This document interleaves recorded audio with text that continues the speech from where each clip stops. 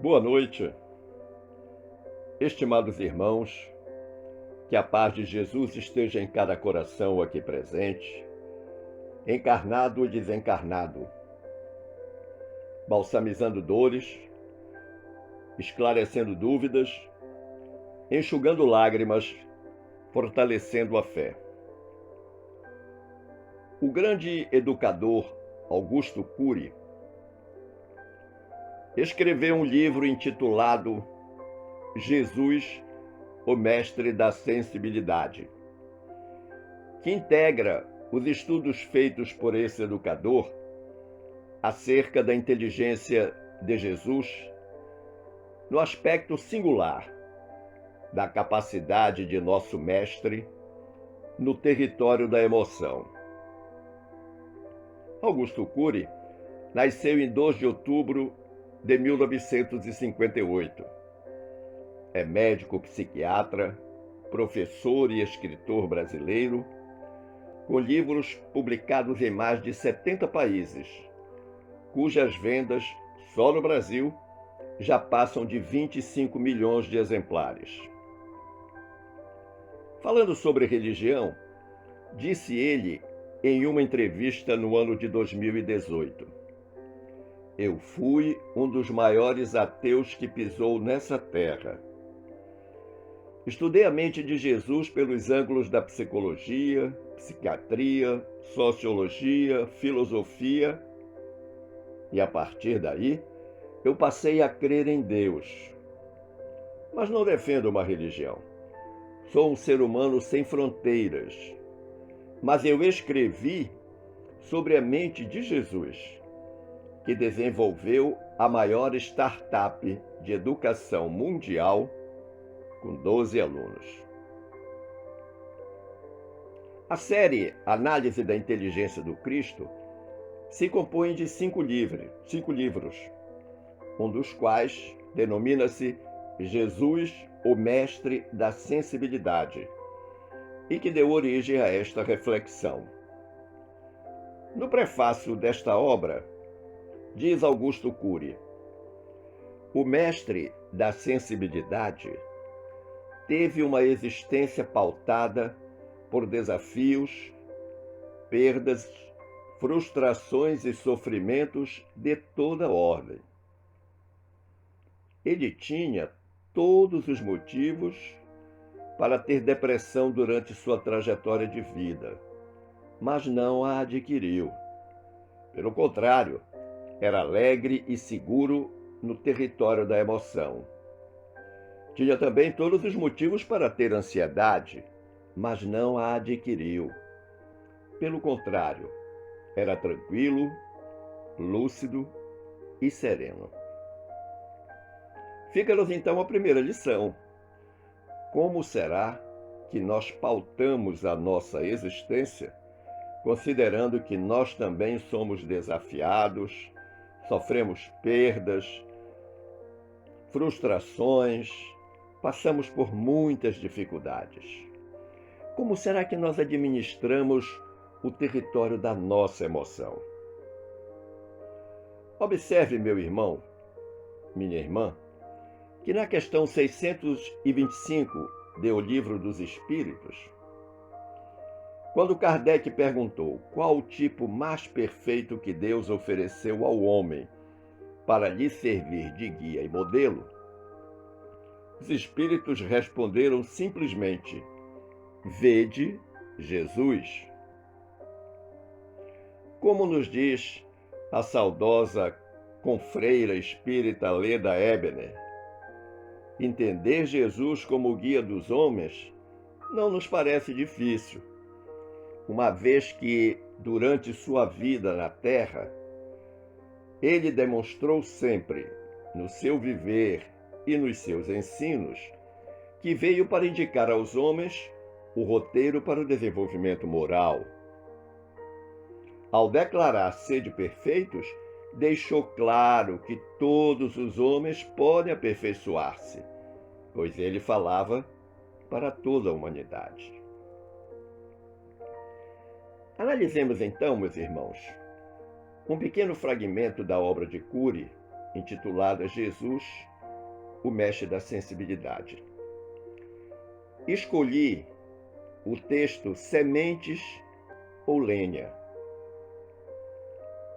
Com essa provocação, Cury afirma que há duas maneiras de se fazer uma fogueira: com as sementes ou com um punhado de lenha. Qual maneira você escolheria? Pense. Fazer uma fogueira com uma semente parece um absurdo, uma loucura.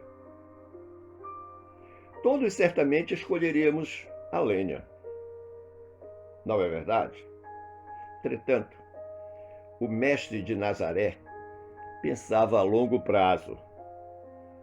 Por isso sempre escolhia as sementes. Ele as plantava, esperava que as árvores crescessem, dessem milhares de outras sementes e aí sim fornecessem a lenha para a fogueira. Se ele escolhesse a lenha, acenderia a fogueira apenas uma vez, mas como preferia as sementes, a fogueira que acendia nunca mais se apagava. Um dia, ele mesmo comparou-se a um semeador que semeia no coração dos homens.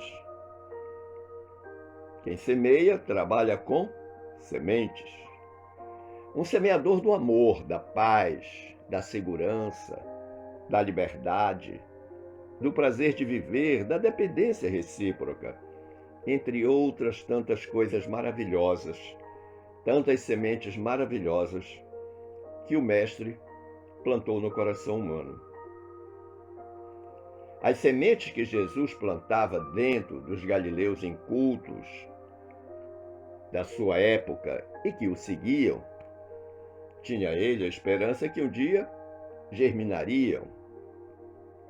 Elas criariam raízes no cerne do espírito e da mente deles e mudariam para sempre suas histórias. E cabe a pergunta: quais as sementes que mantenho no coração? Quais aquelas que vingaram propriamente e criaram sólidas raízes? Sementes do bem? Sementes do mal? As sementes que tenho plantado têm mudado a minha vida? Mudado para melhor ou mudado para pior? Quem não consegue enxergar o poder contido em uma semente, nunca mudará o mundo que o envolve. Nunca influenciará o ambiente social e profissional que o cerca. Nunca provocará mudanças na sua família. Nunca fará mudanças em si mesmo. Uma mudança de cultura só será legítima e consistente se ocorrer por intermédio das singelas e ocultas sementes plantadas na mente e no coração dos homens, e não por intermédio da imposição de pensamentos. Uma coisa que ainda caracteriza o ser humano é que todos nós gostamos das labaredas instantâneas do fogo, das ideias relâmpagos dos livros de autoajuda. Mas não temos paciência e, às vezes, a habilidade para semear. Nem nos tornamos terreno fértil para receber boas sementes. Um semeador nunca é um imediatista. Presta mais atenção nas raízes do que nas folhagens. Um semeador vive a paciência e com paciência como uma arte. Os pais, os educadores, os psicólogos, Os profissionais de recursos humanos só conseguirão realizar um belo e digno trabalho se aprenderem a ser mais do que provedores de regras e de informações, simples semeadores. Não adianta ficar repetindo a regra, a lei, mas adianta semear no coração e na mente de cada ser a real aplicação da lei pela nossa mudança de comportamento. Não esqueçamos que a palavra convence, mas o exemplo arrasta. Existem aqueles que preferem as labaredas dos aplausos e do sucesso instantâneo. Outros, porém, preferem o trabalho anônimo e insidioso das sementes. E nós? O que preferimos? Lembrar que de nossa escolha dependerá a nossa colheita.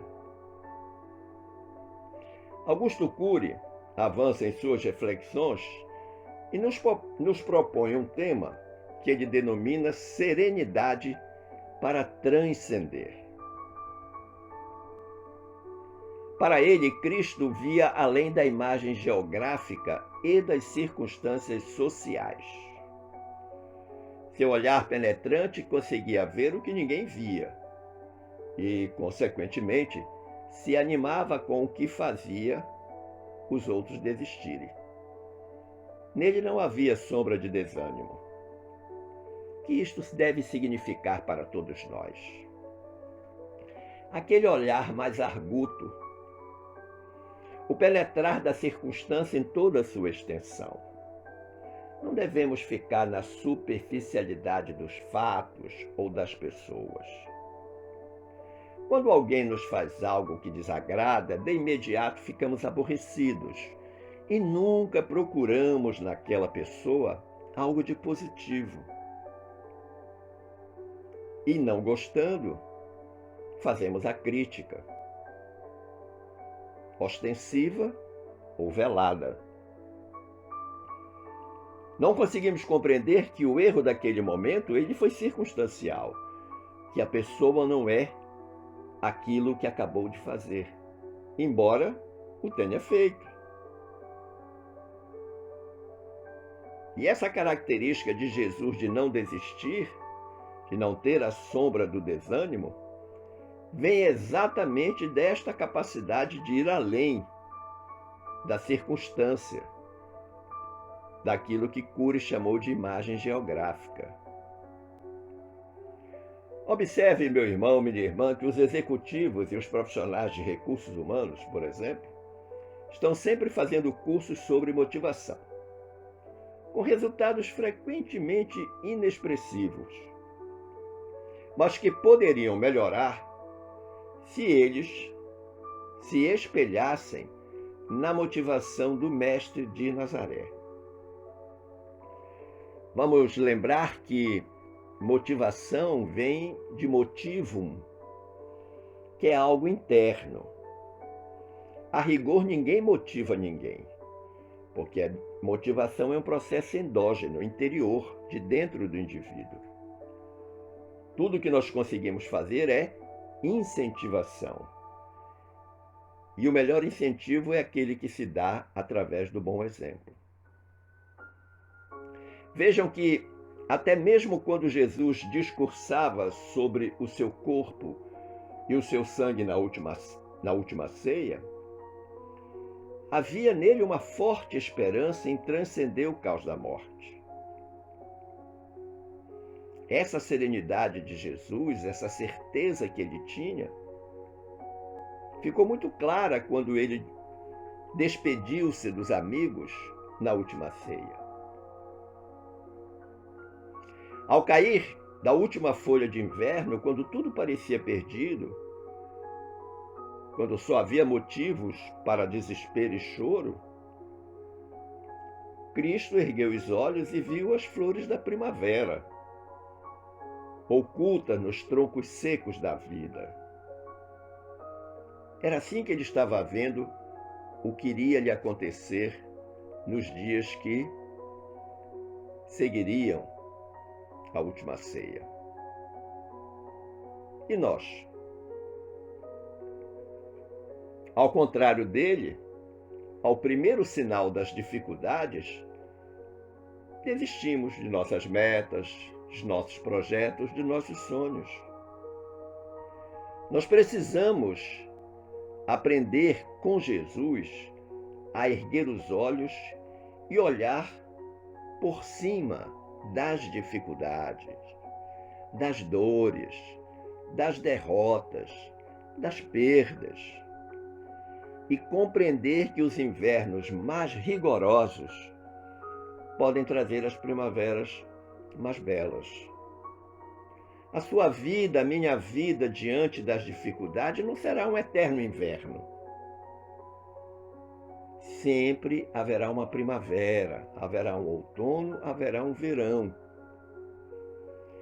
Tudo na vida vai se transformando.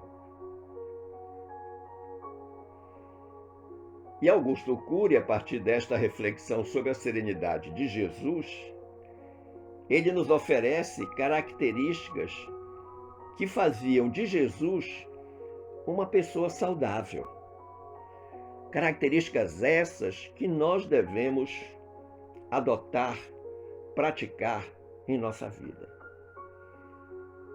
Para Augusto Cury, Jesus protegia sua emoção diante dos focos de tensão. E como ele fazia essa proteção? Com esse olhar além da dificuldade, com o silêncio, com a oração. Algo, por exemplo, que o nosso querido Chico Xavier fazia com tanta maestria. Jesus filtrava os estímulos estressantes. Separava o joio do trigo, só assimilava aquilo que era bom e desprezava o que era mal. Jesus não fazia de sua memória uma lata de lixo das misérias existenciais. Perceba, meu irmão, minha irmã, quantas coisas você mantém armazenadas na sua memória e que representam essas misérias existenciais. E que, exemplo do computador, estão ocupando espaço que seria melhor aproveitado se essas misérias fossem deletadas. Jesus não gravitava em torno das ofensas e rejeições sociais. Ele assimilava o golpe da ofensa e da rejeição com amor. Ele sabia compreender que aquelas pessoas ainda não estavam preparadas para compreender a sua mensagem, a sua postura. Por essa razão, ele pensava antes de reagir, que é outra característica importante. Jesus era convicto no que pensava e gentil na maneira de expor seus pensamentos. E essa convicção vinha da sua capacidade de ver além da circunstância propriamente dita. De compreender que, se alguém errava, este alguém não era apenas aquele erro, mas era alguém dotado de grandes possibilidades, de virtudes, de coisas boas. E na forma de colocar o que Jesus pensava, de fazer o seu ensinamento, de fazer a sua pregação, até na forma de admoestar as pessoas, ele sempre procurava ser gentil, sem deixar muitas vezes de ser enérgico. Jesus transferia a responsabilidade de crer nas suas palavras e de segui-lo a todos os seus ouvintes. Ele não fazia o milagre, Ele criava condições para que cada um fizesse o seu próprio milagre da transformação. E toda a palavra de Jesus era sempre acompanhada de um exemplo edificante. Mesmo até que as pessoas daquela época, os seus seguidores, estivessem presas ao fantástico, ao sobrenatural, das coisas que ele fazia, como nas curas, por exemplo. Jesus era um investidor em sabedoria diante dos invernos da vida. Ele fazia das suas dores uma poesia. Porque ele era simples, porque ele era sincero, porque ele era transparente, porque ele era ético. Ele sabia de tudo o que iria passar, mas em nenhum momento perdeu a capacidade de viver bem, apesar do futuro sombrio que lhe aguardava. Destes invernos da vida.